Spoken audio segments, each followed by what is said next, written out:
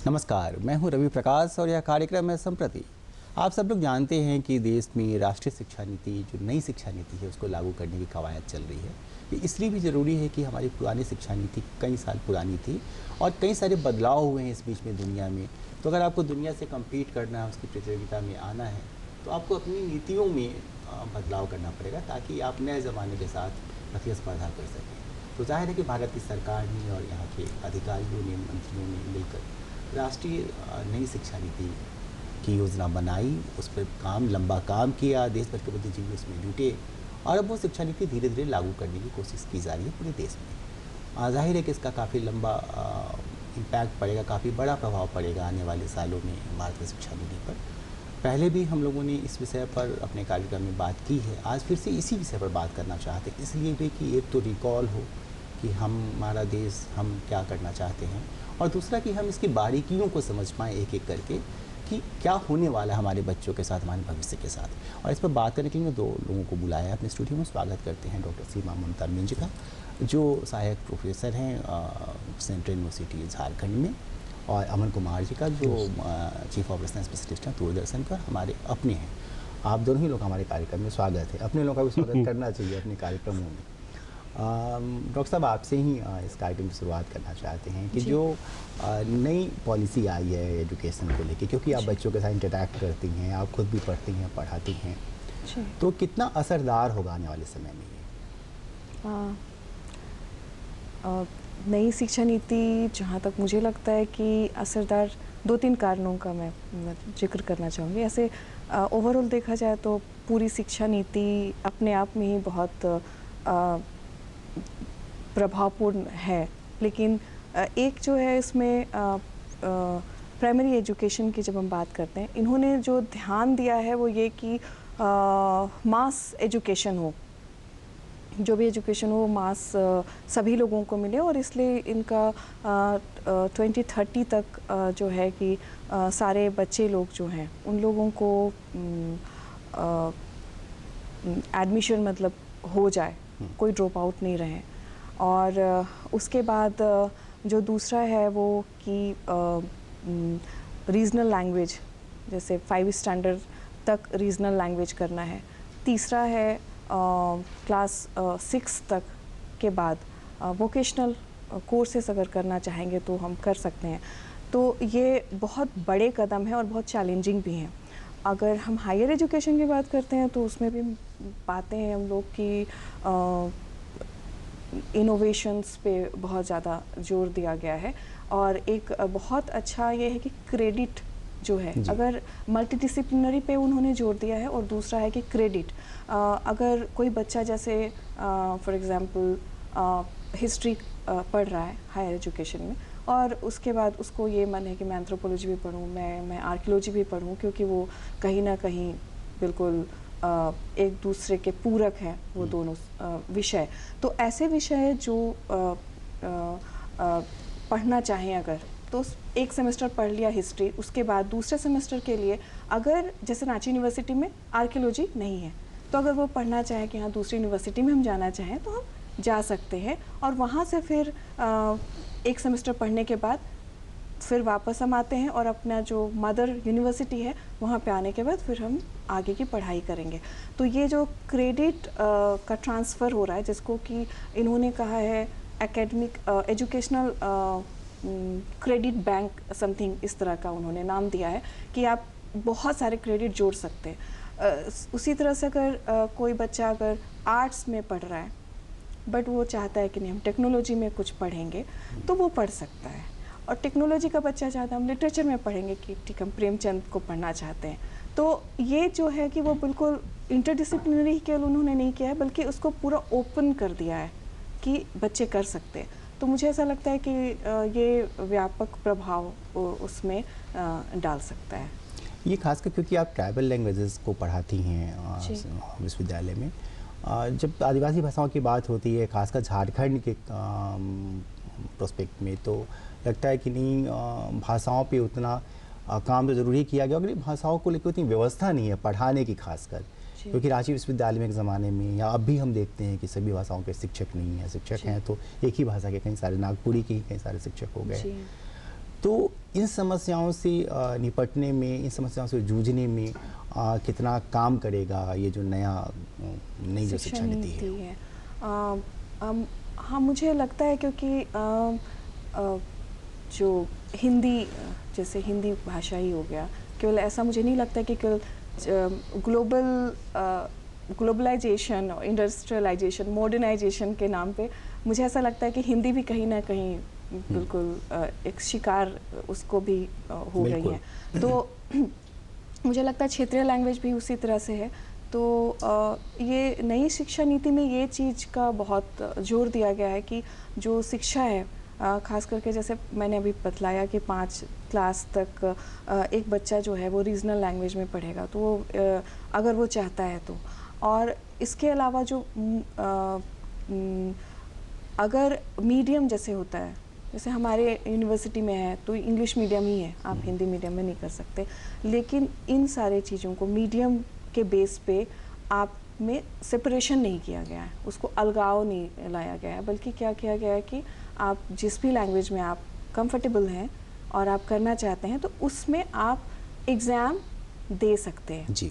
तो ये एक मुझे लगता है कि बहुत बड़ा, नहीं तो पहले क्या था ना कि वो जैसे कि अंग्रेजी ही माध्यम है, अब अच्छी किताबें भी अंग्रेजी में ही मिल रही है, लेकिन कोई एक बच्चा जो हिंदी भाषी है उसको जो परिभाषिक शब्द वगैरह जो होते हैं तो बहुत अच्छे से कंठस्थ नहीं कर पाएगा वो। तो उसमें क्या होता है कि एग्ज़ाम दे रहे हैं, आपको किसी भी हालत में अंग्रेजी मीडियम में ही देना है। तो ये चीज़ें जो हैं कि अब उसको बिल्कुल हटा दिया गया है, उसको बोल सकते हैं कि आप एकदम इग्नोर कर दिया गया। भाषा को ले करके जो आप बोल सकते हैं कि लोगों में जो डर था कि नहीं अगर हम हिंदी भाषी हैं तो मेरे अच्छे रिजल्ट नहीं होंगे, ये भी एक है। तो वो सारी चीज़ें अब नहीं है। भाषा के को लेकर के ना बिल्कुल एक तरह से बोले तो वेलकमिंग एटीट्यूड दिया गया है कि आप अपनी भाषा में अगर चाहेंगे, आप एमए करना है, आप उसके बाद पीएचडी करना है तो आप कर सकते हैं। हाँ, ये ठीक है नहीं आप, क्योंकि मुझे याद है कि जब हम लोग पढ़ते थे 12th तो तब कम जगह होता था इंटरमीडिएट में, तो आईएससी तक तो हम लोगों ने हिंदी पढ़ी और ग्रेजुएशन में मैथ्स ऑनर्स था तो सब अंग्रेजी में, तो रटना पड़ता था। मतलब आपको याद करना पड़ेगा, आप उससे कनेक्ट नहीं कर पा रहे, आप याद करके आपको परीक्षा पास करनी है, तो वो चीज़ें एड्रेस हो जाएंगी इसमें। मात्र एक फिजिक्स का किताब दुर्गा प्रसाद का हुआ करता था, बाकी आप जो है एचसी वर्मा, रेस्निकल हेगड़े ये सब आप पढ़ते थे। और ये बड़ा कॉन्ट्राडिक्शन था कि भाई अब तक तो हिंदी बोलते हैं, हिंदी पढ़े और अंग्रेजी में याद कर रहे हैं, क्योंकि इंग्लिश लिखने नहीं आ रहा है, हमको नहीं पता टू वर्ड्स का मतलब क्या है, लेकिन हमको टू वर्ड्स लिखना है तो टू वर्ड्स लिखना है। ये स्थिति थी, तो ये सुधरेगी। ये बताइए सर कि जो दुनिया के दूसरे देश हैं जहाँ पे हम समझते हैं कि अच्छे विश्वविद्यालय, हमारे यहाँ भी अच्छे विश्वविद्यालय आईआईएम है, आईआईटी है, जेएनयू है, कई सारे विश्वविद्यालय देश के हैं जिनका काफ़ी बड़ा नाम है पूरी दुनिया में, दूसरे देशों के लोग भी पढ़ने आते हैं।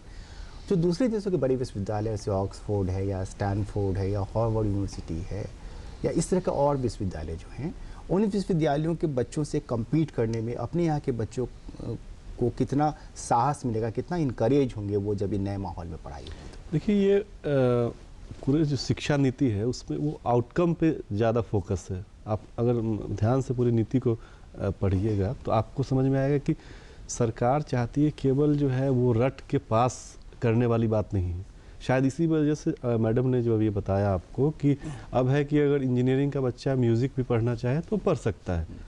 मतलब पहले तो आप अगर साइंस के स्टूडेंट हैं और हिस्ट्री की बात करते थे तो आपको बहुत हेय दृष्टि से लोग देखते थे। शायद आपको अपना ज़माना भी याद होगा कि जब आप घर में अगर बोलें कि हम आर्ट्स पढ़ना चाहते हैं तो लोग बोलते थे कि तुम आर्ट्स कैसे पढ़ सकते हो, तुम तो मैथ के मास्टर का बेटा हो, मेरा इज्जत क्या रह जाएगा। तो जब सरकार ने जब ये फासला ख़त्म किया, और ये बहुत ख़त्म करना ज़रूरी था, तो जब नॉलेज बेस्ड सारा काम हो जाएगा तभी आप जो है दूसरे बड़े यूनिवर्सिटीज़ से जो है वो टक्कर ले सकते हैं। शायद इसी वजह से जो इस नीति में ही है कि आप जीडीपी जो 6% जो है वो जीडीपी का खर्च करना है, तो उसके इंफ्रास्ट्रक्चर पे, शिक्षकों पे, क्योंकि शिक्षा एक समवर्ती सूची में है। तो इसमें क्या है कि केंद्र सरकार ने तो एक नीति बना दी, बहुत बेहतर नीति, बहुत जो है ग्लोबल लेवल पे उसकी तारीफ हो रही है, लेकिन अब राज्य सरकारों को भी की भी जिम्मेवारी है कि जैसा आप बात कर रहे थे कि ट्राइबल लैंग्वेज में कोई शिक्षक ही नहीं है, तो कोई भी नीति तभी सफल होगी जब शिक्षक पहले आएंगे। शिक्षक जब आएंगे, बेहतर शिक्षक आएंगे तो बच्चे, क्योंकि कोई भी बच्चा जो है वो कमज़ोर नहीं होता। हाँ, भाषाई स्तर पे जो है आप महुआ डार और डोमचाच मरकच्चो और ठेठई टांगर का जो बच्चा आता है और अचानक आप रांची में मैडम लोग जो है इंग्लिश में उसको पढ़ाने लगती, तो बेचारा वो तो ठीक से हिंदी नहीं समझ पा रहा है। तो आप उसको हिंदी नहीं समझ रहा है और आप मैडम लोग उसको इंग्लिश में पढ़ा रही हैं कि ऐसे ऐसे ये फलना, तो वो सोचता है कि हम कहाँ हैं और फिर वो भागने लगता है। लेकिन जब मातृभाषा में शायद पढ़ाई जब शुरू हो जाएगी और जब बच्चों को ये छूट मिलेगी कि विषय मन के अनुसार भाषा जो है बच्चे तय करेंगे, विषय जब बच्चे तय करेंगे, तो मैं उम्मीद करता हूँ कि हमारे बच्चे भी जो दुनिया के जो टॉप यूनिवर्सिटीज़ हैं उसके बच्चों से कम्पीट करेंगे और बेहतर निकल के आएंगे। अच्छा, एक मुझे इसमें और एक ऐड करना था। अभी इस शिक्षा नीति में एक और मतलब सुनहरा अवसर आप बोल सकते हैं जो हमारे आने वाली पीढ़ियों को मिलेगा कि अब ऐसा नहीं कि मतलब मुंह ताकना पड़ेगा कि आपको कैम्ब्रिज में ही पढ़ना है, कैम्ब्रिज में पढ़ना है तो हमको कैम्ब्रिज यूनिवर्सिटी जाना है, स्टैनफोर्ड में पढ़ना है, MIT में पढ़ना है तो हमको वहाँ जाना है। नहीं, अब क्या है कि इंडिया ने द्वार खोल दिया है कि आप यहाँ पे अपने सेंटर स्थापित कर सकते हैं। तो जैसे सेंट्रल गवर्नमेंट का है यहाँ पे, सेंट्रल गवर्नमेंट का है तो सेंट्रल यूनिवर्सिटी है, स्टेट गवर्नमेंट का भी है। तो अब वो दिन दूर नहीं होगा जब हम लोगों के पास जो है सेंटर कैम्ब्रिज यूनिवर्सिटी के रहेंगे। तो क्या होगा, वो ये इस शिक्षा नीति के बदौलत ही हो पा रहा है। हाँ, ये एक एक्सटेंशन एक रास्ता प्रशस्त कर दिया उन्होंने, खोल दिया, द्वार खोल दिया है। एक और है कि जब हम लोग क्योंकि आप सीनियर पत्रकार हैं और आप घूमते रहे हैं बिहार झारखंड जैसे राज्यों में, उत्तर प्रदेश जैसे राज्यों में जो पिछड़े इलाके हैं, जैसे झारखंड के अधिकतर इलाके जो हैं सो आदिवासी बहुल इलाके हैं। और आज भी हम इस बात को लेकर डिस्कस करते हैं कि भाई आप मेन स्ट्रीम में नहीं पहुंचा पाए हैं किसी वजह से उस आबादी को जिसको पहुंचना चाहिए। और बिहार उत्तर प्रदेश राज्यों में दूसरे अपनी अपनी समस्याएं हैं।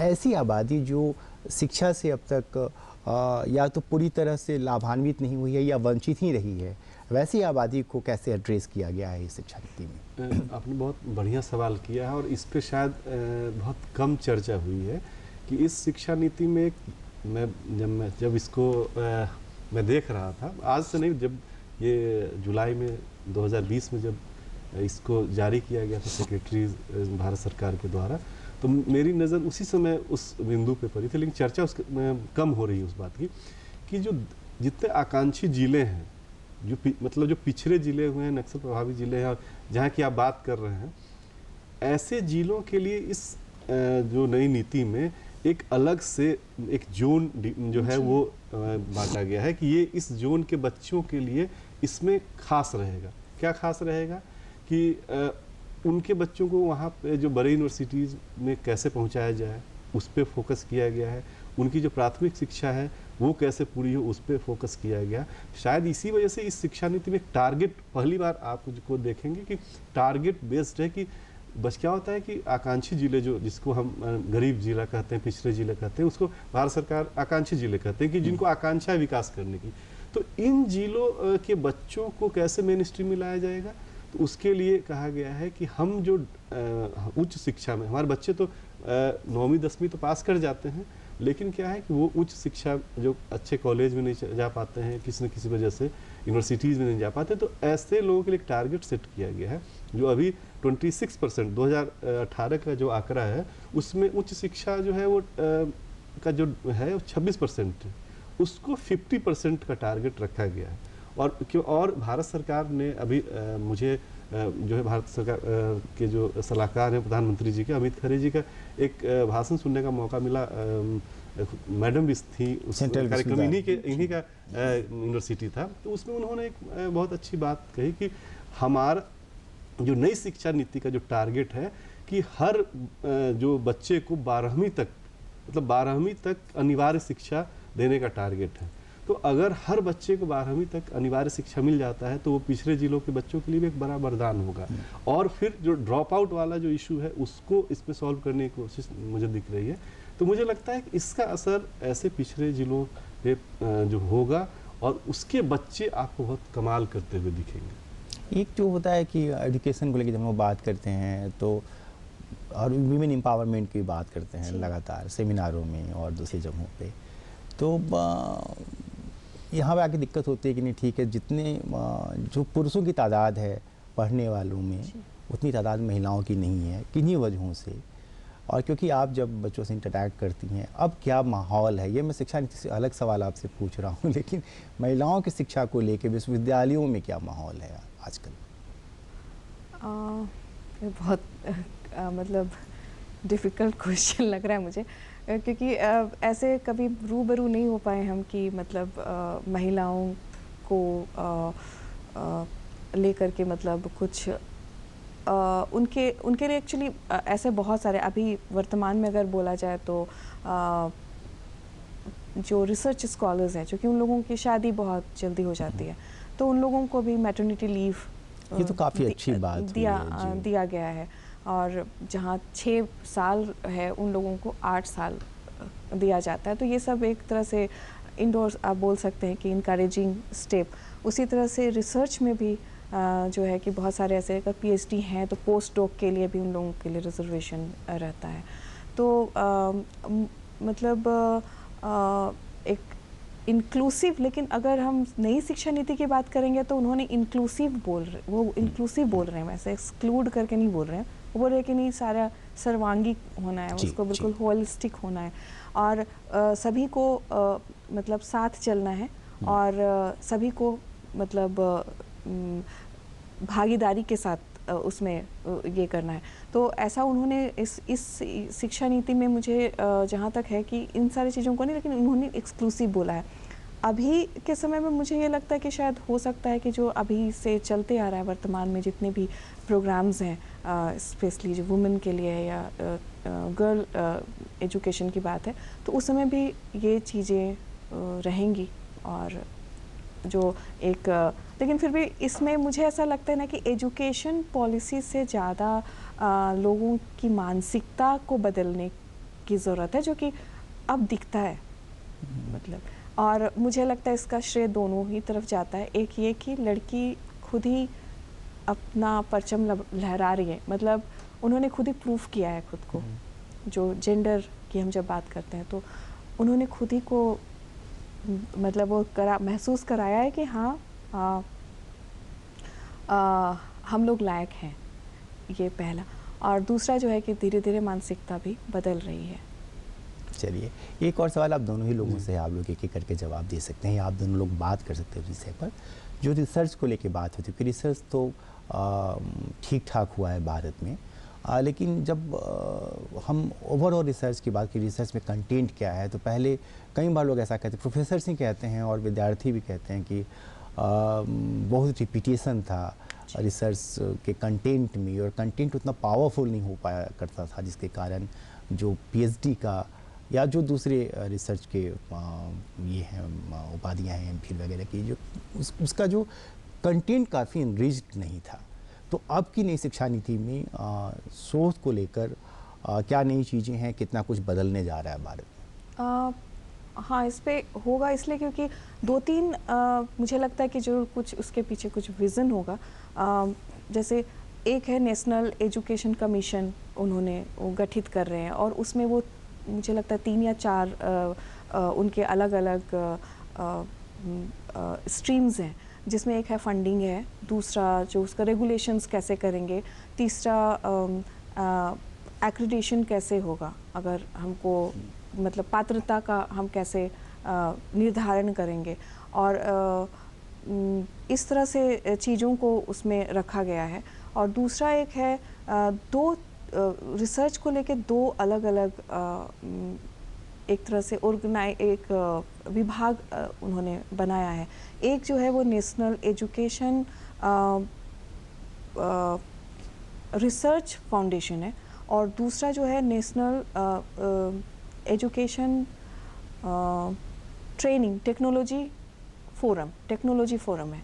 तो इन दोनों में यही अंतर है कि रिसर्च वाला जो है वो दैट इज़ मतलब वो डिवाइड नहीं किया है कि सोशल साइंसेस, कॉमर्स और इन सबको डिवाइड नहीं किया गया है, और एक है जो साइंस टेक्नोलॉजी को लेकर के उन्होंने किया है।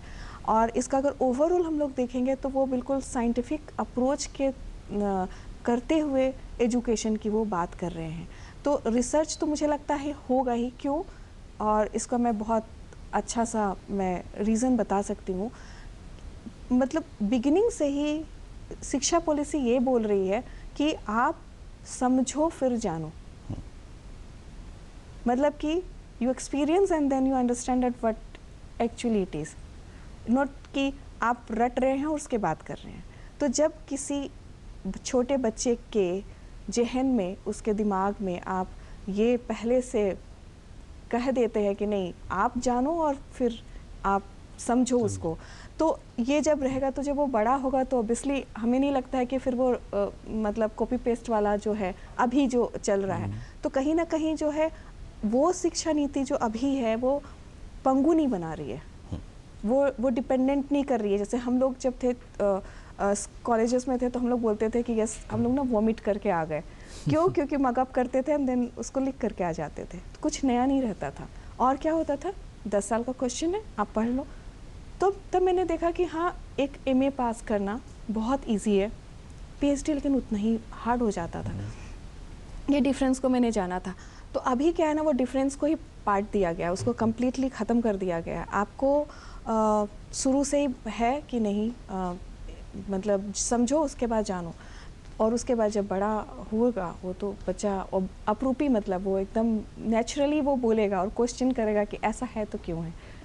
Learning method. जी हाँ, एक चीज़ और है कि जो जैसे वोकेशनल कोर्सेज की बात जो मैम कर रही थी, या जो तकनीकी शिक्षा की बात हो, टेक्निकल एजुकेशन की बात होती है, तो ये वोकेशनल कोर्सेज के समावेश से और तकनीकी शिक्षा तो पहले से भारत में है ही, जिसमें इन लोगों ने कई सारे क्रांतिकारी परिवर्तन करना चाहा है इस नीति में।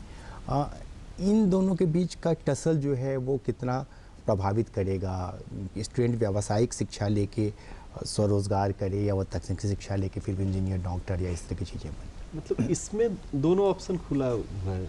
आप लोगों ने पढ़ा होगा कि सरकार ने व्यावसायिक शिक्षा बोला है कि आपको जिसको मन है भैया हम यहाँ तक पढ़ लिए, 12th कर लिए, अब हमको कुछ अर्न करना चाहिए, ठीक है, तो उसके लिए भी ऑप्शन खुला हुआ है। और अगर कोई तकनीकी शिक्षा में उसकी रुचि है और वो चाहता है कि नहीं हम तकनीकी शिक्षा लें, और अगर उसके पास अवसर है तो वो भी ले सकता है। मतलब वो जो VIP सिस्टम जो था ना हमारे देश में कि ये फला विषय की जानकारी तो ये VIP हैं, लेकिन हम भी सेम, मेरे पास MA की डिग्री है लेकिन ये आर्कियोलॉजी के हम नहीं है जानकार, तो हमको जो हीन भावना से देखा जाता, तो वो ख़त्म हो गया है। मूल रूप से आप यही समझिए कि ये अब बीते दिनों की बात हो जाएगी। लेकिन उसमें क्या है कि व्यावसायिक शिक्षा की बात बहुत अच्छी बात की गई, लेकिन हमारे जो स्कूलों को, फिर मैं ये बात कर रहा हूँ कि राज्य सरकारों की जिम्मेदारी बहुत ज़्यादा बढ़ गई है। अगर आपको बेहतर अपने बच्चों को ले जाना है और इस नीति के अनुसार आगे बढ़ाना है, तो आपको यूनिवर्सिटीज़ में को इंफ्रास्ट्रक्चर देना होगा, आपको अच्छे प्रोफेसर की बहाली करनी होगी। अब क्या है कि आप बात कर रहे हैं, जो मैडम ने जो बताया कि PhD की बात, अब वो PhD में है कि रिसर्च मेथोडोलॉजी पढ़ाते हैं, कंप्यूटर पढ़ाते हैं, लेकिन कंप्यूटर ऑन ऑफ करने वाले भी प्रोफेसर नहीं है। प्रोफेसर, कई प्रोफेसर, हम इनकी बात नहीं कर रहे हैं क्योंकि ये तो नहीं है, युवा हैं और झारखंड सेंट्रल यूनिवर्सिटी में है, तो सेंट्रल यूनिवर्सिटी में इंफ्रास्ट्रक्चर होता है, लेकिन राज्यों में इस पर काम करने की आवश्यकता है। क्या है कि प्रोफेसर सोचते हैं कि कोई कंप्यूटर ऑपरेटर आए और वो ऑन करे, वो बताए, तो जब वो उनको भी, प्रोफेसर को भी अपडेट होना होगा। अगर वो अपडेट नहीं होंगे तो अब जो अच्छे बच्चे जब निकल के आएंगे तो फिर वो उनको संभाल नहीं पाएंगे। अब वो पुरानी बात नहीं रह जाएगी इसमें। मतलब लर्निंग मेथड जो है केवल बच्चों के लिए नहीं है, आपको भी आप लर्न करेंगे, आपके पास सवाल होंगे तब ना आप हमसे जवाब की उम्मीद करेंगे। जी। नहीं तो फिर आपको तो खारिज कर देंगे बच्चे। तो ये दोनों के लिए है, लेकिन इसमें राज्य सरकारों की जिम्मेवारी बहुत ज़्यादा है कि इंफ्रास्ट्रक्चर दें, अच्छे शिक्षकों की बहाली करें, तभी इस नीति को हम जो है बेहतर ढंग से लागू कर सकते हैं। ठीक है, अब हमारे पास 2 मिनट है, तो मैं आखिरी सवाल आपसे ही लूँगा, ये 2 मिनट मैं आपको भी देना चाहता हूँ क्योंकि ये हमारे घर के हैं। जो सिलेबस को लेके बात होती है, इससे केंद्रीय विश्वविद्यालयों का अलग पाठ्यक्रम है, राज्य के विश्वविद्यालयों का अलग पाठ्यक्रम, अलग अलग विश्वविद्यालयों का अलग अलग पाठ्यक्रम है। एक बात ये भी हो रही है कि नहीं, एक सेंट्रलाइज्ड, एक कॉमन सिलेबस हो किसी एक कॉमन डिग्री के लिए। सिलेबस का कितना महत्व है किसी स्टूडेंट की पढ़ाई में, और सिलेबस कैसा होना चाहिए? सिलेबस तो सही बात है, मुझे ऐसा लगता है कि वो डिपेंड करता है कि कोई बच्चा किस स्तर में पढ़ाई कर रहा है। अगर वो अंडर ग्रेजुएट है तो उसको व्यवहारिक होना चाहिए, मतलब वो बेसिक जानना चाहिए और उसी हिसाब से आपका जो कोर्स डिज़ाइन होता है। लेकिन अगर वो मास्टर है तो अपेक्षा की जाती है उससे कि उसको उस पर बिल्कुल माइक्रो नॉलेज होना चाहिए कि अगर उससे ये पूछा जाए कि कैसे हुआ, क्यों हुआ, तो वो बता सके उस चीज़ को। जबकि अंडर ग्रेजुएट वाले जो होते हैं तो हाँ ये होता है, आप इसको ऐसे डिफ्रेंशिएट कर सकते अच्छा, हैं। अब मैं कोई सवाल आपसे नहीं पूछूंगा, कुछ वैसी चीज़ें जो आप बताना चाहती हूँ और मैंने उसकी चर्चा नहीं की हो तो आप प्लीज़ बताइए। जी हाँ, मुझे ऐसा लगता है कि education policy, new education policy बहुत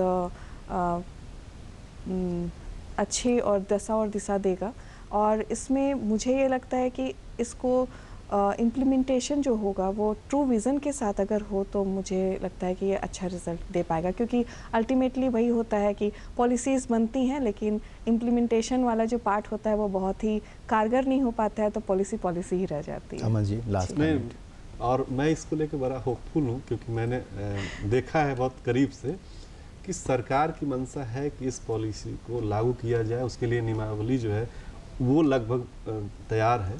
तो आने वाले दिनों के लिए मैं बड़ा होपफुल हूँ। और जहाँ एक जो शब्द छूट रहा है, आपने मुझे महिला का जो मसला पूछा था इनसे, नई शिक्षा नीति, तो नई शिक्षा नीति में बता दूं कि महिला और ट्रांसजेंडर के लिए भी विशेष व्यवस्था की गई। चलिए, आप दोनों का बहुत बहुत धन्यवाद। मुझे पूरी उम्मीद है कि जो लोग इस कार्यक्रम को देख रहे होंगे वो हमारी बातों से इत्तेफाक रख रहे होंगे, और अगर इत्तेफाक नहीं भी रखते हैं तो कम से कम डिस्कशन के किसी पॉइंट पे तो पहुँचे ही होंगे। मुझे इस कार्यक्रम को रोकने की इजाज़त दीजिए। अगले सप्ताह आपसे फिर मुलाकात होगी। नमस्कार।